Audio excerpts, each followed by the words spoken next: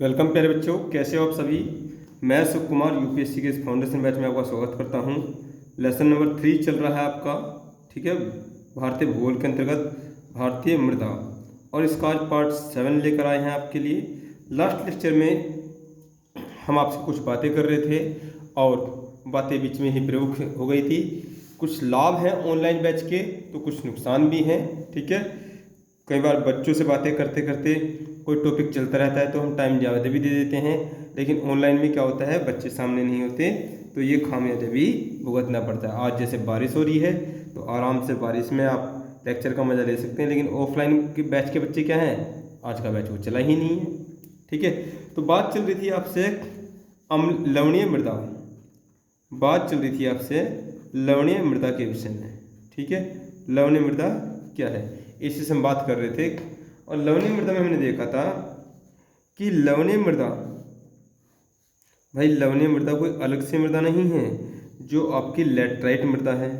ठीक है, लैटराइट मृदा है, जो आपकी लैटराइट मृदा है, या आपकी लाल मृदा है, जो लाल मृदा है, या आपकी जो पर्वतीय मृदा है। ठीक है, अब इसी में क्या होगा, यदि हम मान के चलें ये आपकी क्या है, ये मृदा है आपकी। ठीक है, ये मृदा है आपकी, ये मृदा है, और इस मृदा में क्या है, इस मृदा में ज़्यादा जल भर जाए, ज़्यादा जल भर जाए तो जल इससे क्या होगा, और जल उसके बाद क्या हो जाए, वाष्पीकृत हो जाए। तो यहाँ पर क्या है, यहाँ पर कुछ कण रह जाएंगे, किसके, लवण के, यहाँ पर कुछ लवण के कण रह जाएंगे, और ये मृदा क्या है, रुंध जाएगी, ये मृदा रुंध जाएगी। ठीक है, अब इस मृदा का उपचार करना है, अब इस मृदा का उपचार करना है, तो बात आपसे चल रही थी कि लवणीय मृदा का उपचार कैसे किया जाएगा। ठीक है, ये आपसे हमारी चर्चा चल रही थी कि लवणीय मृदा का उपचार कैसे किया जाएगा। तो समझे, अब मृदा क्या हो चुकी है, यही लैटराइट मृदा है आपकी, यही क्या लाल मृदा है, और यही क्या है, पर्वतीय मृदा है। ये आपकी क्या है, ये बीमार हो गई है। ठीक है, इसे प्रॉपर तरीके से ऑक्सीजन नहीं मिल पा रही, ये क्या है, रुंध गई है। ठीक है, तो अब इसका उपचार करना है। टॉपिक ये चल रहा था आपका उपचार। ठीक है, टॉपिक चल रहा था आपका उपचार। तो उपचार कैसे करना है, इसमें क्या करना है, इसमें उपचार में लिखेंगे लवणीय मृदा के हमने दो दोष बताए थे। एक बताया था अम्लीय, ठीक है, एक पॉइंट बताया था आपको जब ये अम्लीय हो जाती है। ठीक है, तो उसमें लिखेंगे अम्लीय मृदा, अम्लीय मृदा, अम्लीय मृदा। ठीक है, अम्लीय मृदा जिसको लेबोरेटरी में चेक करने के पश्चात, चेक करने के पश्चात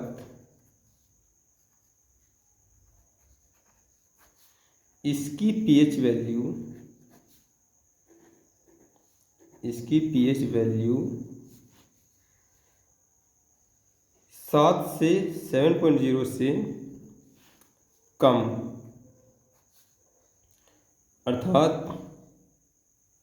क्या हो जाए आपका 6 हो जाए, 5 हो जाए, कहाँ तक, ये 1 तक, 7 से कम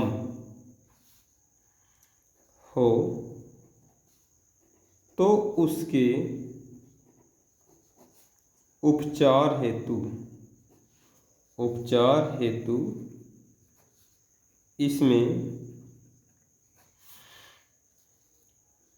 चूना मिलाया जाता है, चूना मिलाया जाता है। क्या मिलाया जाता है, चूना मिलाया जाता है। ठीक है, इसमें क्या कर देंगे, इस मृदा में आपका ये चूना मिला देंगे, और इस मृदा का क्या हो जाएगा, उपचार हो जाएगा। ये रेड कलर का क्या है, चूना। ठीक है, ये चूना है। ये डायग्राम भी बना लीजिए आप, और ये सब चीज़ें अब साथ साथ में लिखते हुए भी चल रहे हैं। ठीक है, अभी आपकी लाइटिंग सही आ रही होगी इसमें। ठीक है, तो ये क्या है, ये आपका मृदा थी, काले काले जो बनाए हैं। इसमें जो ये ब्लू ब्लू है, जो ब्लू वाला पॉइंट है, ये क्या है, ये जल भर गया है, अत्यधिक अत्यधिक जल भराव या असंगत कृषि कार्य से, असंगत कृषि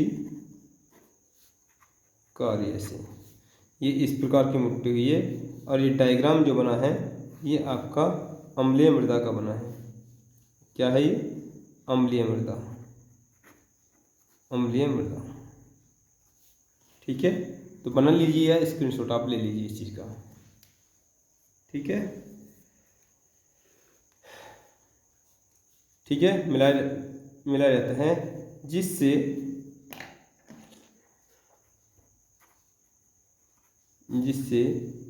यह मृदा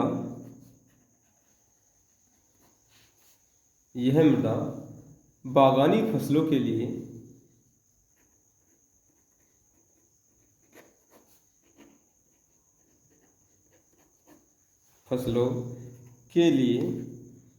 फिर से तैयार हो जाती है,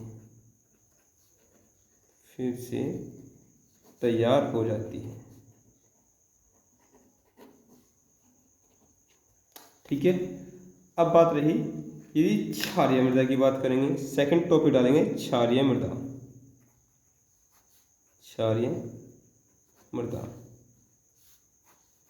तो यही मृदा है, यही लैटराइट मृदा है, यही लाल मृदा है, यही पर्वतीय मृदा है। ठीक है, क्षारीय मृदा लिखेंगे यदि लेबोरेटरी में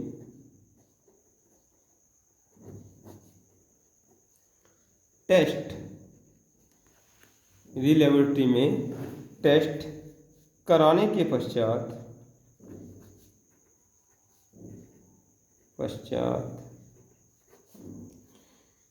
इस मृदा की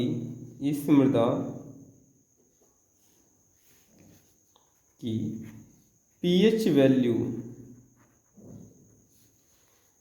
7.0 से अधिक मिलती है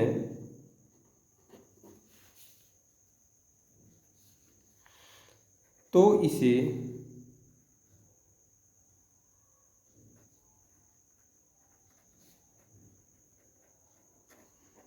क्षारीय मृदा कहेंगे।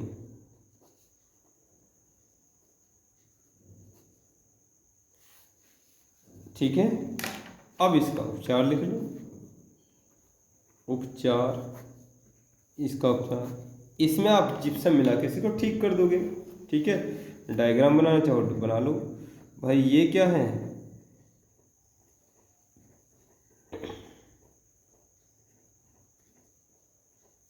ये आपकी मृदा है, वही लैटराइट मृदा है, लाल मृदा है और पर्वतीय मृदा है। ठीक है, अब इसमें क्या है, इसमें आप यदि असंगत कृषि कार्यों से ये मृदा, इसमें क्षार तत्व की अधिकता हो गई है, क्षार तत्व की अधिकता हो गई है, तो आप इसमें क्या करो, आप इसमें मिला दो ये। ठीक है, जिप्सम, ये रेड कलर का क्या है, ये जिप्सम है, जिप्सम मिला के ठीक कर देंगे। लिखेंगे उपचार में क्षारीय मृदा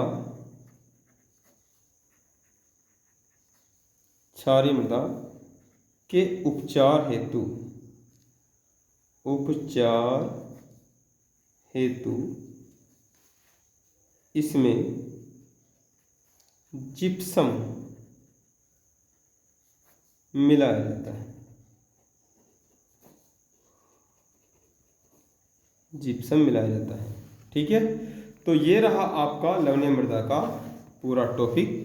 ठीक है, चाहे तो आप इसका स्क्रीनशॉट भी ले लीजिए, पूरे का स्क्रीनशॉट ले लीजिए। ठीक है,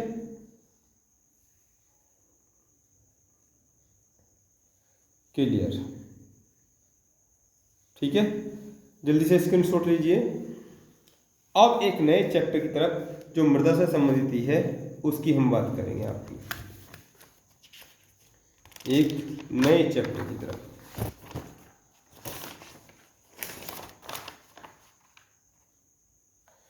तो भारतीय मृदा में ही एक छोटा सा टॉपिक मान लीजिए आप, एक छोटा सा टॉपिक है क्या, मृदा अपरदन। मृदा अपरदन, मृदा अपरदन या मृदा अपक्षय, ठीक है। मृदा अपरदन और मृदा अपक्षय, इसको समझते क्या है। देखिए मृदा का किसी भी कारण से, मृदा का किसी भी कारण से इसका कटकर बह जाना, इसका कटकर बह जाना क्या कहलाएगा, मृदा अपरदन कहलाएगा। भाई यदि सपोज करो आपके पास 10 बीघी धरती है, ठीक है, यदि आपके पास 10 बीघी धरती है और उसकी ऊपरी परत कट जाए, मृदा वाली परत कट जाए, तो मृदा आपकी किस काम की, ठीक है। तो ये मृदा अपरदन क्या है। यदि सपोज करो वन है, तो वन क्या करते हैं, मिट्टी के कटने को रोकते हैं। तो आप वनों को लगातार काटते चले जाओगे तो मृदा अपरदन की संभावनाएं ज़्यादा बन जाएंगी। जैसे पशु हैं, पशु घास के मैदान को चलकर घास को खत्म कर देंगे, तो घास की जो जड़ें होती हैं वो मृदा को बांधे रखती हैं, घास की जो जड़ होती हैं मृदा को बांधे रखती हैं। तो यही सब कुछ मृदा अपरदन में पढ़ना है। तो मृदा अपरदन में हमें क्या क्या देखना है, सबसे पहले हम देखेंगे मृदा अपरदन में इसकी परिभाषा। सबसे नोट कर लीजिए चाहे आप, मृदा अपरदन की परिभाषा को देखेंगे। दूसरे नंबर पर आप देखेंगे इसके क्या क्या कारक हैं, ठीक है, इसके क्या क्या कारक हैं। तीसरे पॉइंट देखेंगे आपका इस प्रभावित क्षेत्र, भारत में कौन कौन से मृदा अपरदन से प्रभावित क्षेत्र हैं, ठीक है, इनको देखेंगे। उसके पश्चात देखेंगे मृदा अपरदन का वर्गीकरण। मृदा अपरदन का वर्गीकरण करेंगे। इन बातों को आप नोट कर लीजिए साथ में। और 5वें नंबर पर देखेंगे सुधार, क्या क्या सुधार हम कर सकते हैं, ठीक है, सुधार से संबंधित प्रक्रिया को देखेंगे। तो सबसे पहले बात करते हैं मृदा अपरदन की। पहला पॉइंट लेते हैं आपका मृदा अपरदन। मृदा अपरदन क्या है, तो सबसे पहले मृदा अपरदन को देख लेते हैं। वैसे तो जनरली मैं आपको बता चुका हूँ मृदा का कट जाना। और मृदा क्या है, मृदा जो आपका क्रस्ट वाला पोर्शन है वही तो मृदा है। तो लिखेंगे मृदा क्रस्ट में, मृदा जो है मृदा क्रस्ट में, मृदा क्रस्ट में विभिन्न संस्तरों में, विभिन्न मृदा क्रस्ट में विभिन्न संस्तरों में विद्यमान है, विद्यमान रहती है, ठीक है, विभिन्न संस्तरों में विद्यमान रहती है, जो तीव्र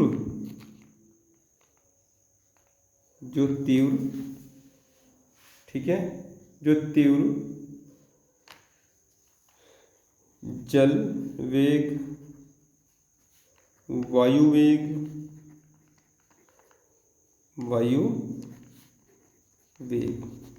जल के वेग से, वायु के वेग से या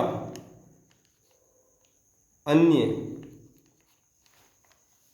किसी प्राकृतिक व कृत्रिम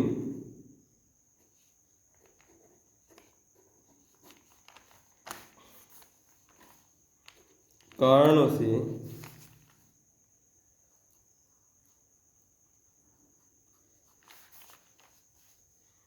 जब कट जाती है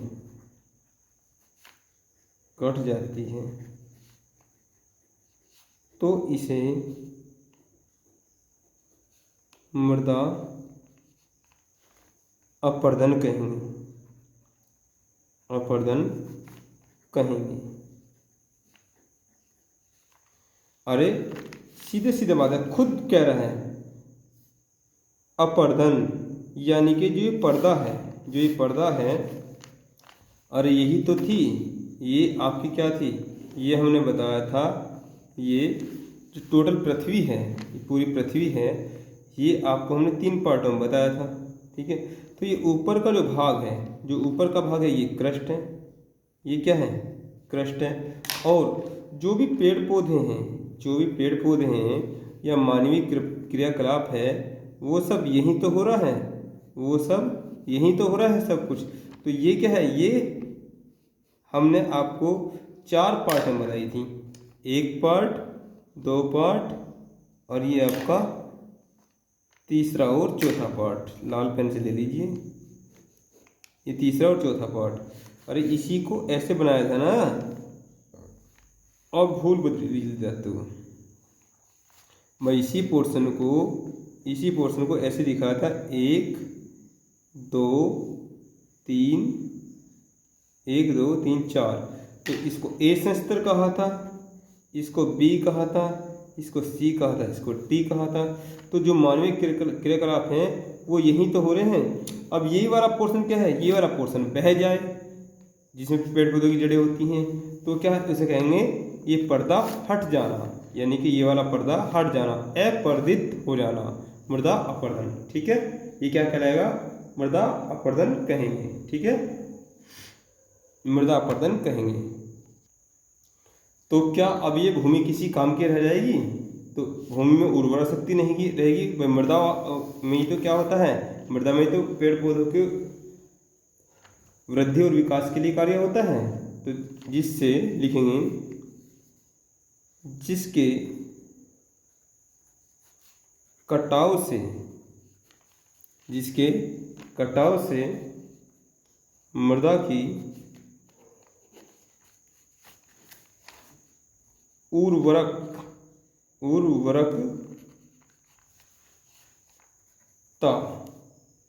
वाली परत नष्ट हो जाती है, नष्ट हो जाती है, नष्ट हो जाती है, जिससे कृषि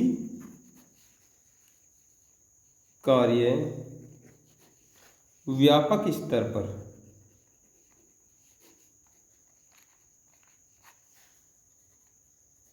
प्रभावित होता है।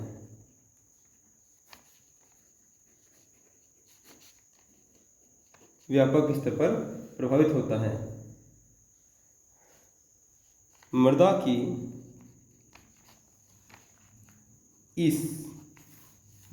इस ऊपरी परत का, इस ऊपरी परत का बह जाना, इस ऊपरी परत का बह जाना किसान की दौड़ती आत्महत्या, भाई दौड़ रही है, किसान के पास रही क्या जाएगा, दौड़ती आत्महत्या कहलाता है। किसान के पास क्या बच जाएगा फिर, यही तो सब कुछ है इसकी। ठीक है, ये रहा आपका मृदा अपर्दन वाला टॉपिक। तो इसका जल्दी से आप एक बार स्क्रीनशॉट ले लो। ठीक है, जल्दी से आप इसका स्क्रीनशॉट ले लो।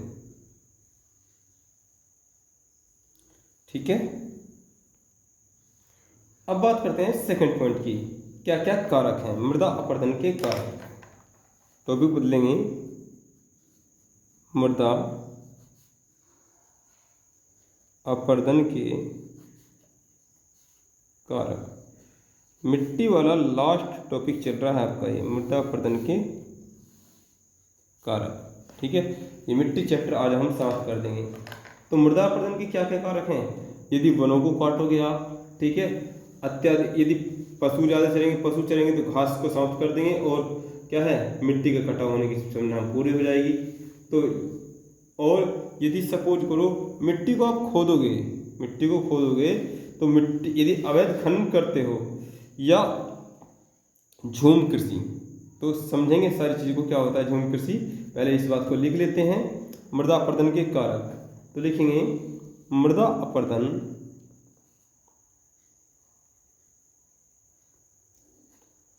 अपरदन की क्रिया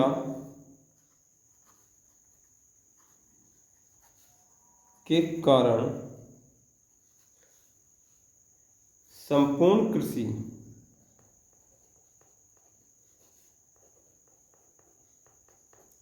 मृदा अपरदन की क्रिया के कारण संपूर्ण कृषि पद्धति के साथ साथ कृषि पद्धति के साथ साथ मैदानी भाग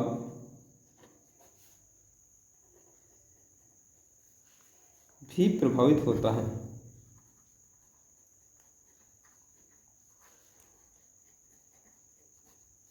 मैदानी भाग भी प्रभावित होता है,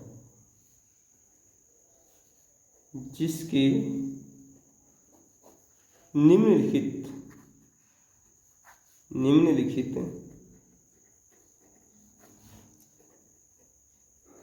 कारक हो सकते हैं।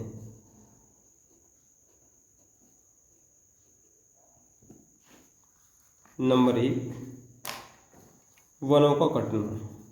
वनों की जो जड़ें होती हैं, पेड़ों की जो जड़ें होती हैं, वो मिट्टी को बांध के रखती हैं। वनों का कटान, ठीक है। दूसरा कारण क्या है? अत्याधिक पशुचारण। अत्याधिक पशुचारण, ठीक है। तीसरा कारण क्या होता है? अवैध खनन।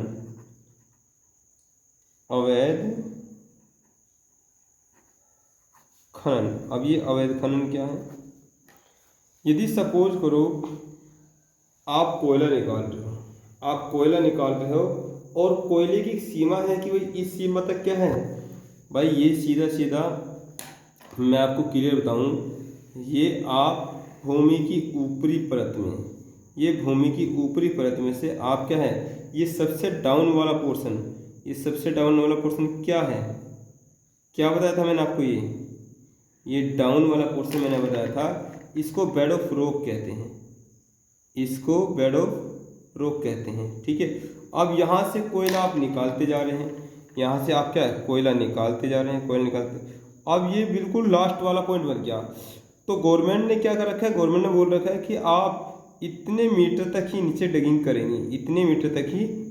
करेंगे, बेड ऑफ रॉक वाले पोर्शन को आप नहीं खोद लेंगे, ठीक है। क्योंकि बेड ऑफ रॉक वाले पोर्शन को खोदोगे तो क्या होगा, इधर से मेग्मा निकल जाएगा, इधर क्या है, तो यहाँ से क्या है, जितने भी मजदूर काम कर रहे होंगे वो सब क्या होंगे, वो सब मर जाएंगे, ठीक है। और ना केवल मजदूर बनेंगे बल्कि इधर क्या है, पूरा मेघ अंदर से निकल के पूरे पृथ्वी को क्या प्रभावित कर देगा। तो इसको बोलते हैं अवैध खनन, ठीक है। एक लिमिट तक आपको खोदना है। चौथा पॉइंट है आपका झूम कृषि। ये झूम कृषि क्या है? इसको शिफ्टिंग एग्रीकल्चर भी बोलते हैं। शिफ्टिंग एग्रीकल्चर,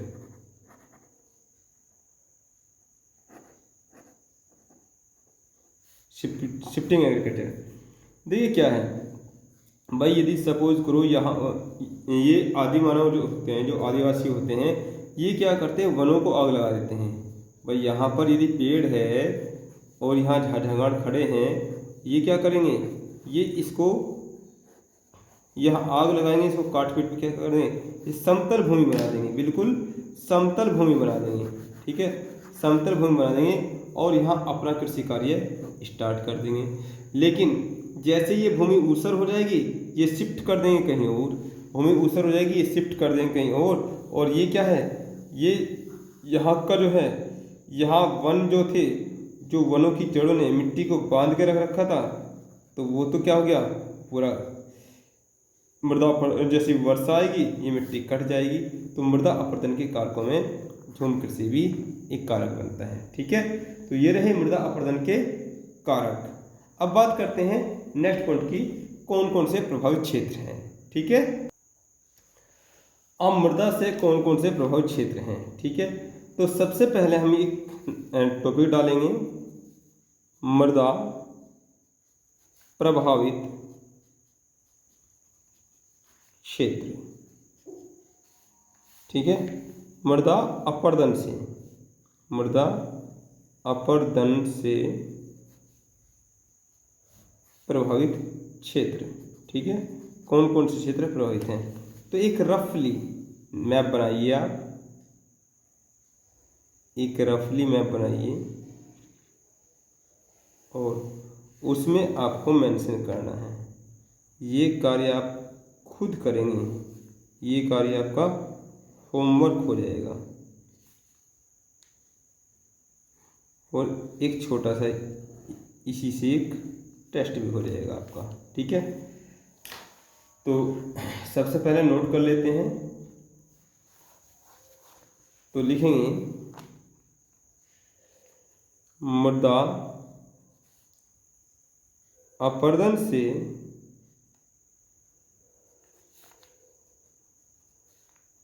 भारत में, मृदा अपरदन से भारत में निम्न क्षेत्र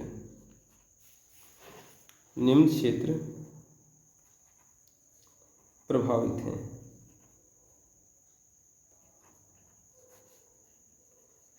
प्रभावित हैं डैश। फर्स्ट नंबर 1 चंबल व एक तो चंबल व यमुना नदी, यमुना नदियों के मध्य का। ठीक है, बीहड़ क्षेत्र, बीहड़ क्षेत्र। ठीक है, बताइए कहाँ पर है, ये कहाँ पर है? इसे उत्खात भूमि भी कहते हैं, उत्खात भूमि। ठीक है, ये कौन सा है? ये मालवा क्षेत्र है। तो मालवा कहाँ बताया था? ये अरावली पर्वत के नीचे मेवाड़ पर्वत और इसके यहाँ पर क्या है? यहाँ पर ये बीहड़ क्षेत्र है। ठीक है, यहाँ पर ये बीहड़ क्षेत्र है। तो इसको लिखेंगे ब्रैकेट में, यह है सर्वाधिक, यह है सर्वाधिक मृदा अपरदित, मृदा अपरदित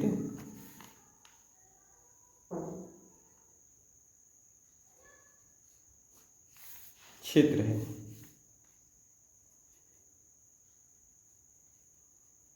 ठीक है, तो ये वाला पोर्शन, ये मृदा अपरदन से प्रभावित है। नंबर 2 लिखेंगे आप शिवालिक का आधार क्षेत्र, शिवालिक का आधार क्षेत्र। शिवालिक का आधार क्षेत्र, अरे ये सब कुछ क्या है? इसके ऊपर वाला पोर्शन ये क्या है? ये लास्ट वाली शाखा कौन सी? शिवालिक। तो शिवालिक का ये जो आधार वाला पोर्शन होगा, ये वाला क्षेत्र। ठीक है, तीसरा लिखेंगे, तीसरा दामोदर नदी घाट क्षेत्र, दामोदर।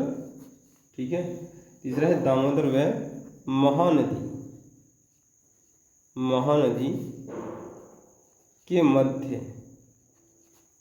दामोदर व महानदी के मध्य स्थित छोटा नागपुर पठार, छोटा नागपुर पठार। ठीक है, कहाँ पर है? अरे ये थाना आपका, ये आपका ये यहाँ पर। ठीक है, ये आपका हुगली नदी, कौन सी? हुगली नदी, और इसमें मिल रही थी दामोदर नदी। यहाँ पर क्या है? यहाँ पर महानदी है। तो बीच वाला पोर्शन क्या था? ये बीच वाला पोर्शन था छोटा नागपुर का पठार, छोटा नागपुर का पठार। ठीक है, ये डायग्राम भी आप बना लीजिए।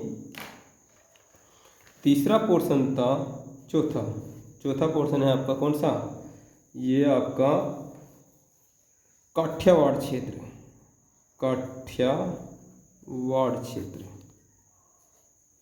याद होगा, पश्चिमी घाट पर्वत के ऊपर वाला क्षेत्र, काठियावाड़ क्षेत्र।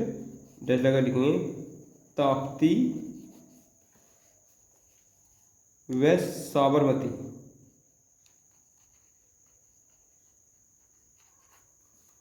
ताप्ती व साबरमती नदी के पास,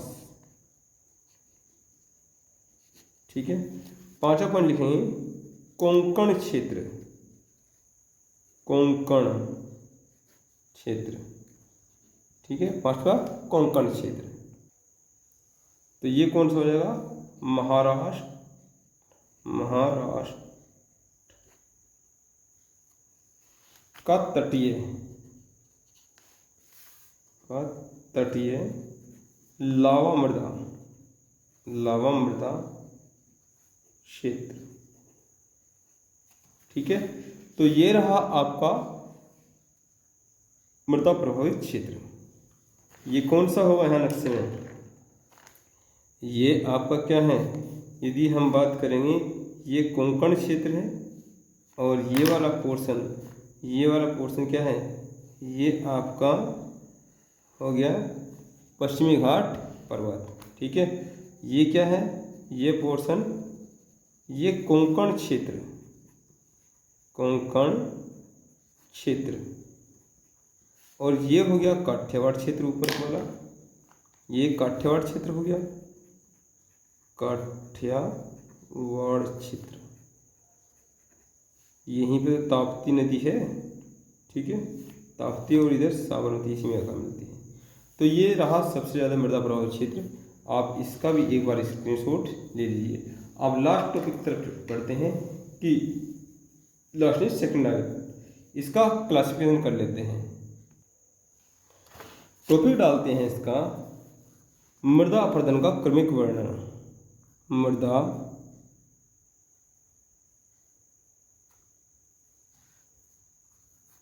अपरदन का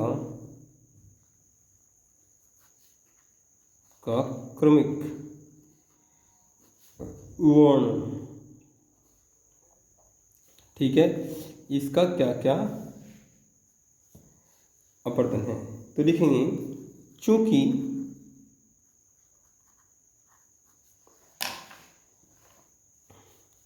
मृदा अपरदन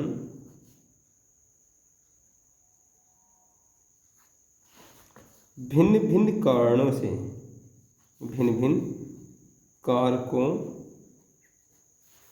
भिन्न भिन्न कारकों से होता है,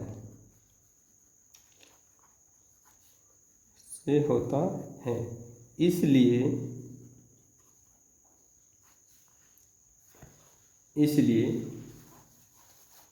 संरचना के आधार पर, इसलिए संरचना के आधार पर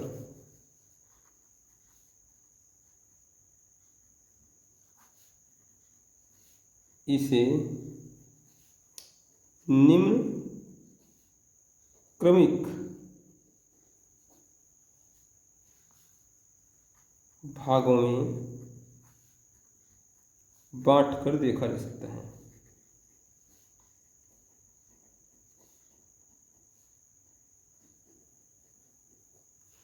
देखा जा सकता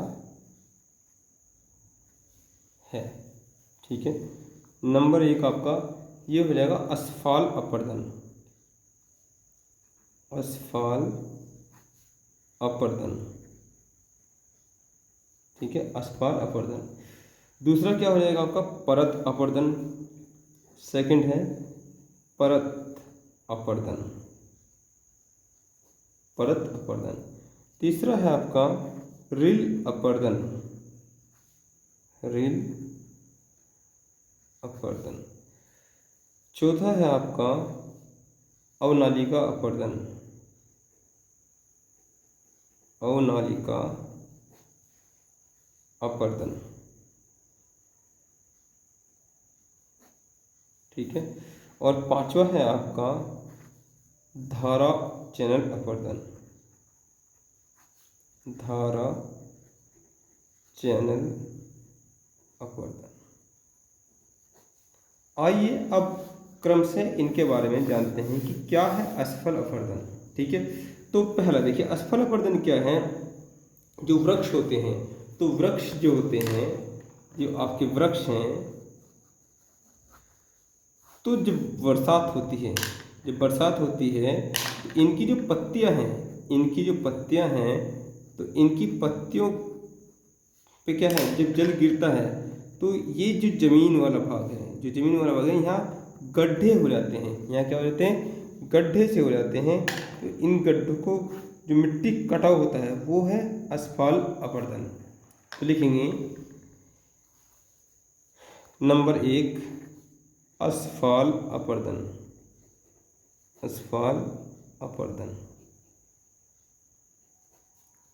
ठीक है, जब वर्षा जल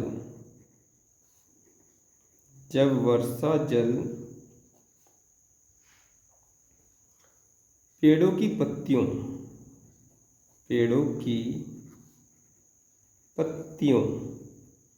जब वर्षा जल पेड़ों की पत्तियों द्वारा मृदा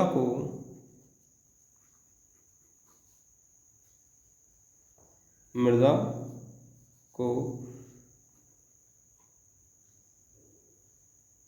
काटता है। असफल अपवर्तन में वर्षा जल पेड़ों की पत्तियों द्वारा मृदा को काटता है, तो मृदा के ऊपरी भाग में छोटे छोटे, आपने देखा होगा मैदानी क्षेत्र में क्या होता है, छोटे छोटे गड्ढे से होते हैं, छोटे छोटे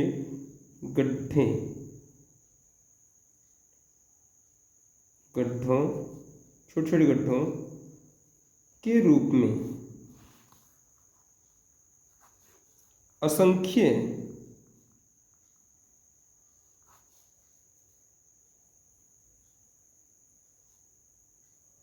गड्ढों के द्वारा मृदा को काटता है। ठीक है, इस प्रकार का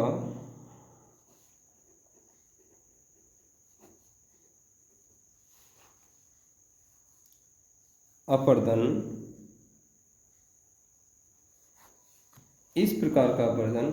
वृक्ष सहित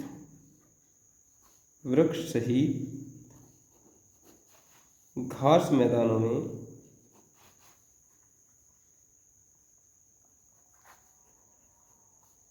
देखने को मिलता है।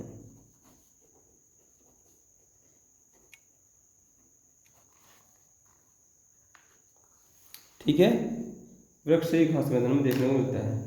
परत अपवर्तन सेकंड है आपका परत अपवर्तन। अब यदि तेज जल का बहाव आ रहा है या वायु का वेग आ रहा है और ऊपरी परत को भूमि की उसने बहा दिया है, तो ये क्या कहलाएगा, परत अपवर्तन। ठीक है, तो इसी में लिख देंगे जब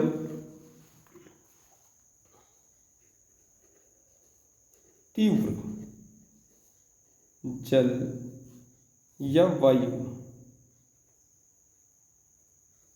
वेग के द्वारा वायु वेग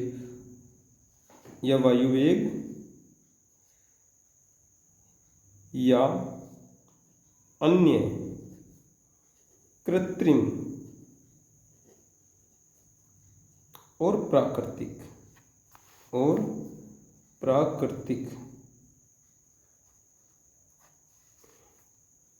कारणों से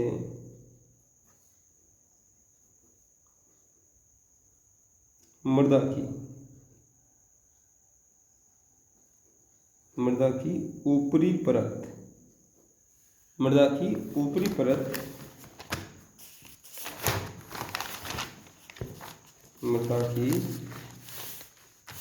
परत बह जाए।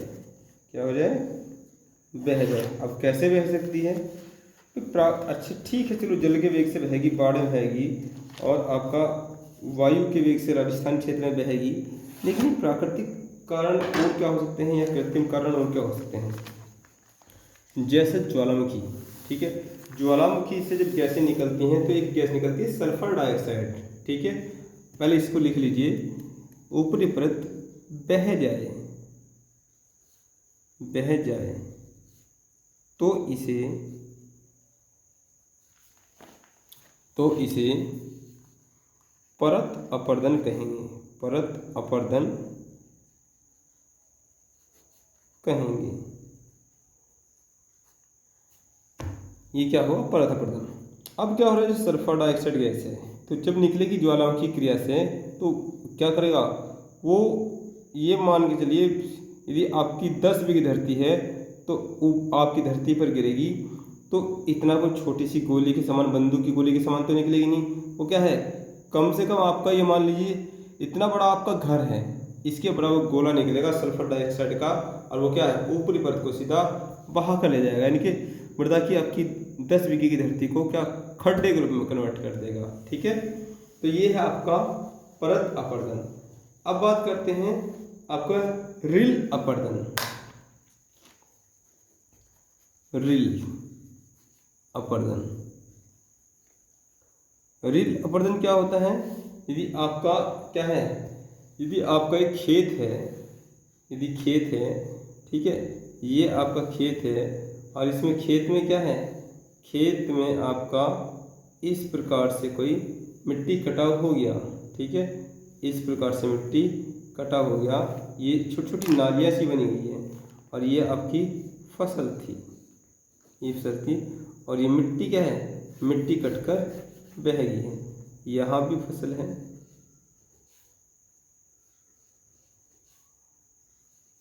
ठीक है,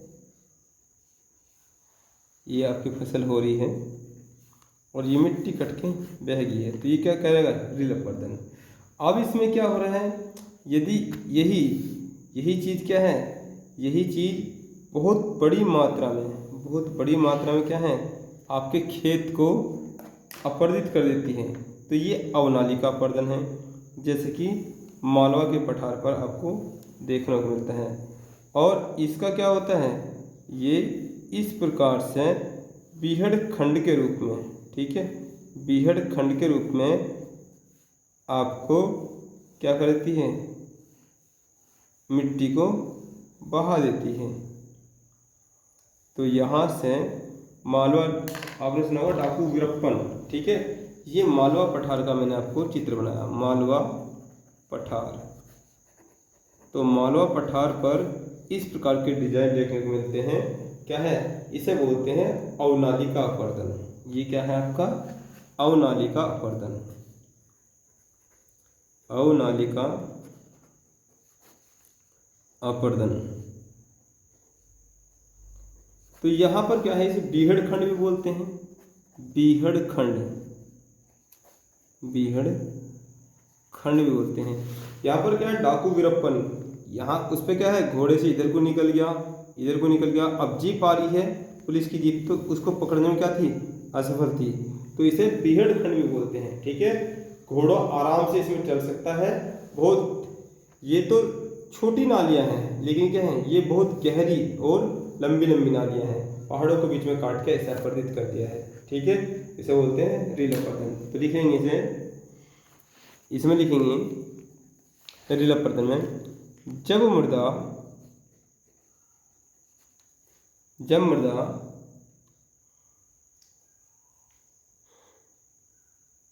कम गहरी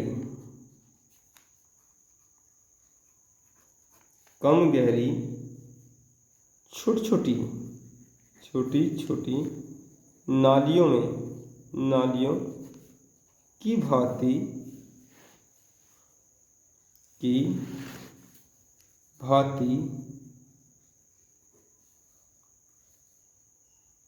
अपरदित हो,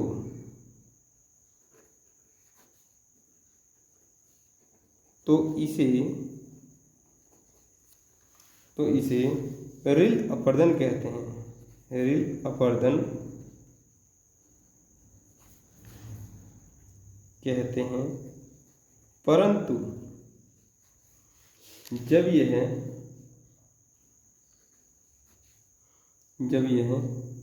अधिक गहरी और असमान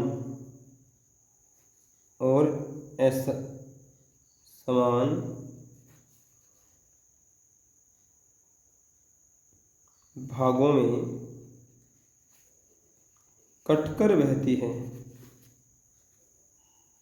बह जाए तो इसे अवनालिका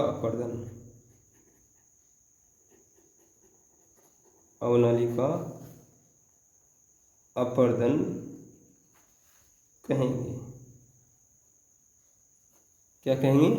अवनालिका अपरदन कहेंगे। अब बात करते हैं लास्ट, धारा चैनल अपरदन। तो धारा चैनल क्या है? यदि सपोज करो मिट्टी ने काटना एक बार स्टार्ट कर दिया, यदि पानी काट रहा है, यदि मिट्टी को अपने वेग के द्वारा काट रहा है, तो कब तक काटेगा? वो तब तक काटेगा जब तक क्या होगा? जब तक वो एक फ्लो ना बना ले। क्या बना ले? एक। भाई यदि सपोज करो ये कोई आपका अवरोध है, ये अवरोध है और यहाँ जल बह रहा है, ये जल बह रहा है और जल मिट्टी को काट रहा है, तो जब तक ये इस तरफ पूरा ढाल ना बना लेगा अपना, ठीक है, तो तब तक क्या है? मिट्टी को काटता ही रहेगा, तब तक मिट्टी को काटता रहेगा।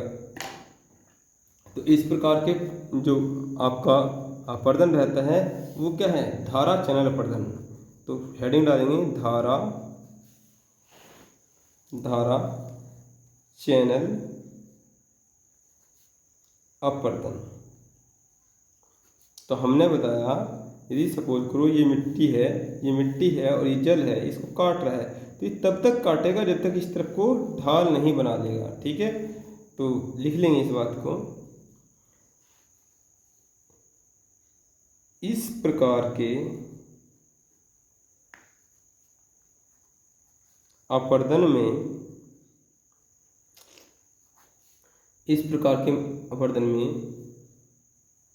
जल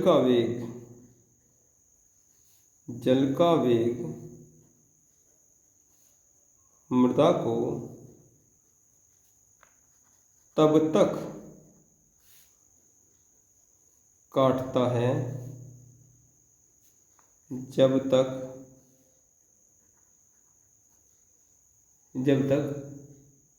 मृदा क्षेत्र, जब तक दूसरी ओर वह ढाल ना बना ले।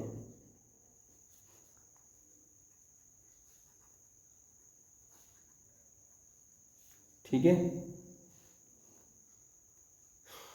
इस प्रकार का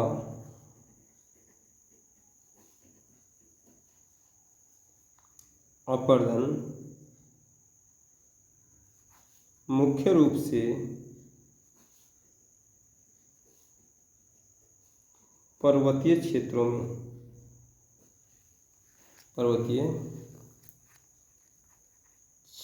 में देखने को मिलता है।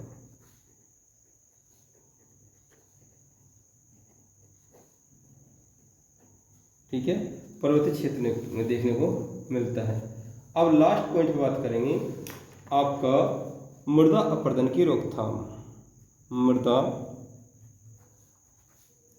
अपरदन की रोकथाम।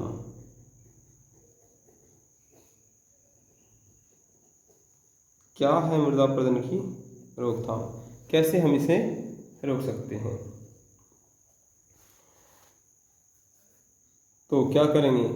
मृदा अपरदन की रोकथाम के लिए आप मृदा संरक्षण वृक्ष को रोपेंगे, ज़्यादा से ज़्यादा पेड़ लगाएंगे, वेदिका बनवा देंगे।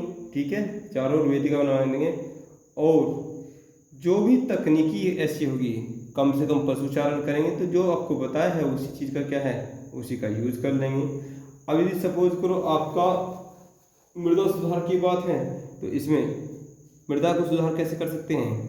ज़्यादा से ज़्यादा आप जो चक्रीय क्रम में फसलें बो सकते हैं। ठीक है, तो ये सब चीज़ें आप लिख लीजिए। यही बातें जो आपको बताई हैं, जो कारक होते हैं उन कारकों को अवरोध कर दीजिए।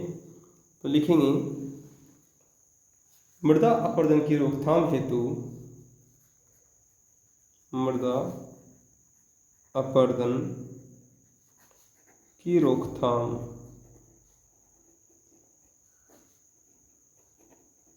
हेतु, मृदा अपरदन की रोकथाम हेतु अधिक से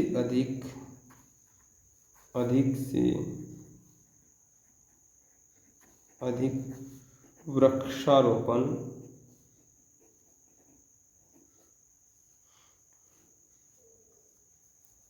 और कम से कम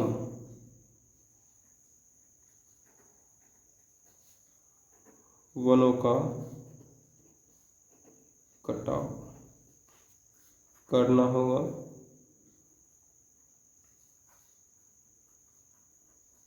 ठीक है, और क्या कर सकते हैं, ये पहला पॉइंट रहा। दूसरा पॉइंट क्या है, वेदिका निर्माण कराएंगे। वेदिका होता है चारों ओर, क्या है, चारों ओर बाउंड्री वगैरह कराएंगे, वेदिका निर्माण, वेदिका निर्माण कराएंगे। ठीक है, ये सब चीज़ें आप कर लेंगे। तीसरा पशुचारण कम, तीसरा पशुचारण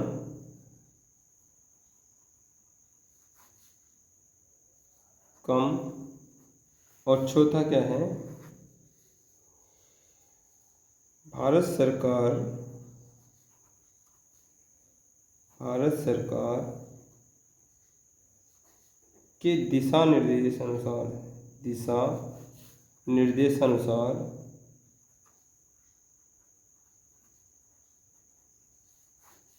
खनन। ठीक है, बाकी आगे आपका चैप्टर आने वाला है खनन से संबंधित एक चैप्टर है आपका। अगला जो चैप्टर स्टार्ट होगा फसल, क्योंकि मिट्टी को आप पढ़ चुके हो, तो उसके बाद फसल के पश्चात जो आपका आएगा खनन ही आएगा। तो हम समझेंगे खनन क्या है, उत्खनन क्या है, कहाँ से हमारा लोहा निकलता है, कहाँ से आपका चांदी निकलता है, कहाँ से सोना निकलता है, ये सब हम देखेंगे। ठीक है, तो आज का लेक्चर यहीं पे समाप्त करते हैं। जल्दी से इसका स्क्रीनशॉट ले लीजिए, और फिर उसके बाद हम कल आपसे मुलाकात करेंगे एक नए अध्याय के साथ। ठीक है, तो आज के लिए यहीं पर लेक्चर को समाप्त करते हैं। ये आपने स्क्रीनशॉट ले लिया होगा। तो हमने क्या पढ़ा इसमें, आज हमने पढ़ा, आज एक तो आपको बताया किससे संबंधित, आपको लवणीय मृदा से संबंधित बात बताई, उसके उपचार के विषय में जानकारी दी, मृदा अपरदन के विषय में बताया, मृदा अपरदन से कौन कौन सा क्षेत्र प्रभावित है इसके विषय में बताया, और आपको बताया क्या मृदा अपरदन कितने प्रकार से हो सकता है, इसके विषय में जानकारी दी। आप इसके शॉर्ट नोट्स भी साथ साथ में बनाते हुए चलना, और पूरी चीज़ें क्या है आपको रिवाइज होनी चाहिए। ठीक है, तो मैंने तरीका बताया था आपको किस प्रकार से आप शॉर्ट नोट बनाएंगे। लास्ट में, पेज के लास्ट में ही एक पेज खाली छोड़ दिया करें, और पूरा का पूरा है ना, पूरा का पूरा एक रिवीजन वहाँ पर कर लिया करें। ठीक है, तो कल करते हैं एक नए चैप्टर के साथ आपके साथ मेहनत, और उसके बाद रिवीजन की प्रक्रिया तो आपकी लगातार चली रहेगी। ओके, आज का लेक्चर यहीं पे समाप्त करते हैं। काफ़ी बड़ा लेक्चर हो गया है। धन्यवाद।